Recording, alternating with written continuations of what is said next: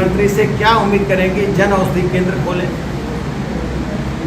शौचालय में जो कर्मचारी पैसा लेते हैं, यदि एक घटना सामने आती है तो केंद्र सरकार उसके लिए सख्त कार्रवाई करेगी।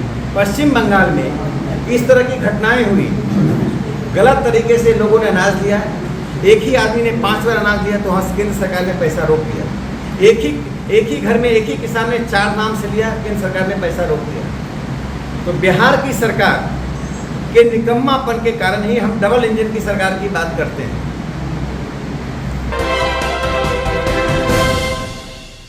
नवादा राज्यसभा सांसद राकेश सिन्हा ने प्रधानमंत्री नरेंद्र मोदी के 9 वर्ष पूरे होने पर 30 मई से 30 जून के जनसंपर्क अभियान के निमित्त मोदी के 9 वर्ष बेमिसाल 9 वर्षों में मोदी सरकार ने जो गरीब कल्याणकारी योजनाएं चलाई है उसके विषय में पत्रकारों को संबोधित किया।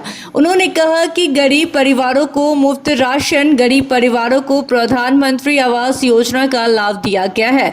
4 करोड़ गरीब परिवारों को प्रधानमंत्री आवास दिया गया। उन्होंने आगे कहा कि हमारी माँ बहन बाहर शौच करती थी, उसके लिए प्रधानमंत्री ने 14 करोड़ शौचालय का निर्माण कराया, जनधन योजना के तहत खाता खुलवाए। उन्होंने महागठबंधन पर हमला किया। यह लोग वोट बैंक की राजनीति करते हैं, इन्हें किसी से कोई मतलब नहीं है। बिहार में एक पुल गिर गया, इस पर महागठबंधन के लोग कुछ भी बोल नहीं रहे।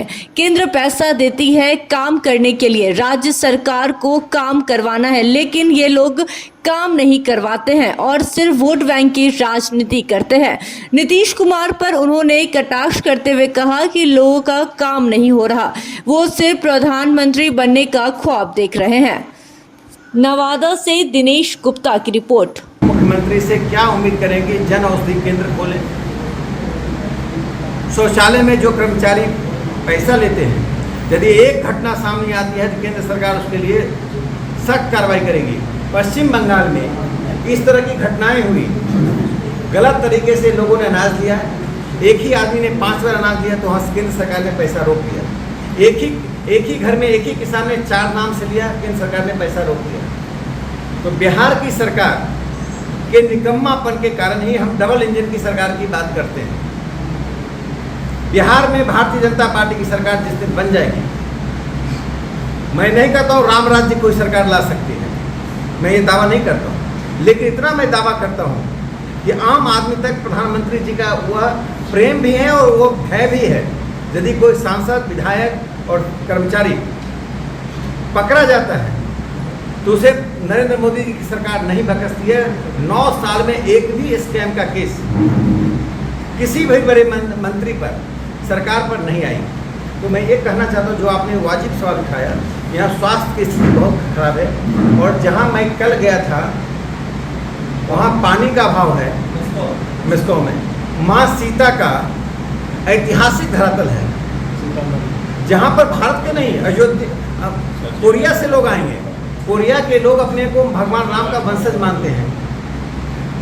उस स्थान का को तो काशी विश्वनाथ, अयोध्या के समानांतर होना चाहिए, उससे ज़्यादा महत्व का है, क्योंकि उसके साथ एक बड़ी कहानी जुड़ी हुई है। अयोध्या तो जन्म स्थान है और यहाँ तो एक ऐसी कहानी जुड़ी हुई है जो जिससे जनमानस प्रत्येक दिन वो गुफा देखना चाहती है। मुझे आज इसलिए कल मैंने संस्कृति मंत्रालय और प्रधानमंत्री कार्यालय को टैग करते हुए वो ट्वीट भी किया है और मैं जाकर मैं चाहूँगा कि वो गुफा वो ASI अपने अंतर्गत ले और राष्ट्रीय अंतर्राष्ट्रीय स्तर का पर्यटन केंद्र बने। और कल मैंने वहीं पर कहा कि प्रधानमंत्री नरेंद्र मोदी जी कच्छ में, जहां साल में सिर्फ 3 महीने ही पानी रहता था, 475 किलोमीटर दूर नर्मदा का पानी लेकर चले गए पाइप से। नीतीश जी 5 किलोमीटर पानी नहीं ले जा सकते हैं। जैसा मुझे कल जिलाध्यक्ष जी ने बहुत अच्छी बात बताई, वहाँ पत्थर है, यदि उस पत्थर की खुदाई करके व्यापार किया जाए, वो कोई पहाड़ नहीं कि पहाड़ तोड़ना है। कुछ पर्यावरण की चीज़ ऐसे होते हैं जिसको हटाने से पर्यावरण समाप्त होता है, कुछ ऐसी चीज़ें होती हैं जिससे पर्यावरण बढ़ता है। पत्थर हटा दे तो पत्थर का व्यापार होगा, सड़कों में काम आएगा, वहाँ वृक्ष लग पाएंगे और पानी निकल पाएगा। ना वो काम करती है ना ये काम करती है। न करने देंगे न करेंगे, ये नीतीश जी की नीति है। और सिर्फ प्रधानमंत्री बनने का सपना देखेंगे। तो आप जो सवाल उठाए सभी वाजिब, आकांक्षी जिले की जो स्थिति होनी चाहिए, नवादा उसमें 0 स्तर पर। कैप्टन था, जो मुखिया थे सरकार के,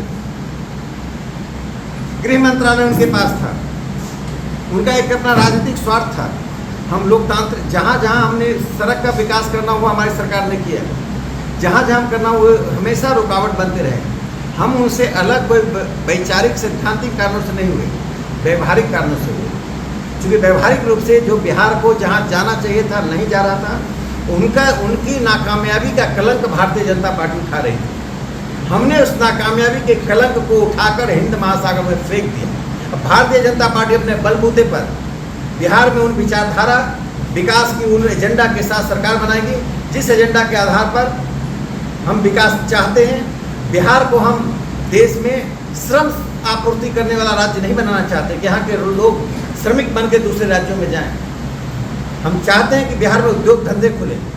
प्रधानमंत्री जी के आने के बाद बिहार में फर्टिलाइजर रिफाइनरी को जो 54,000 करोड़ का इन्वेस्टमेंट हुआ है, और सैनिटरी नैपकिन के एक बहुत महत्वपूर्ण मुद्दा उठाया है, मैं आपको धन्यवाद देता हूँ। यह एक टैबू था जिसका नाम लेने से परिवार के भीतर और दुकानों में लोग हिचक